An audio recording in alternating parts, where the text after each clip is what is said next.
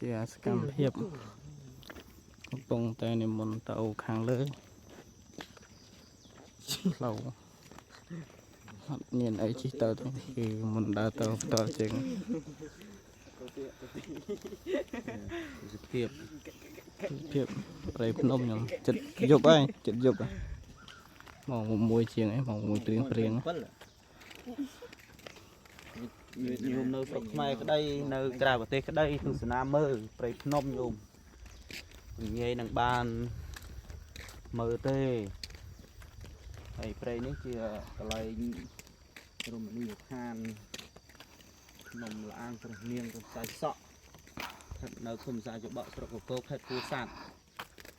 ណាចុះមកតាមផ្លូវជាតិលេខ5ហើយប្រវែងពីព្រំបតុល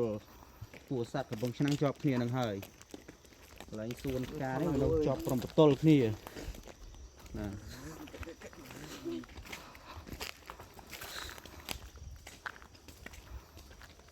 ថតដៃនឹងបាននាទី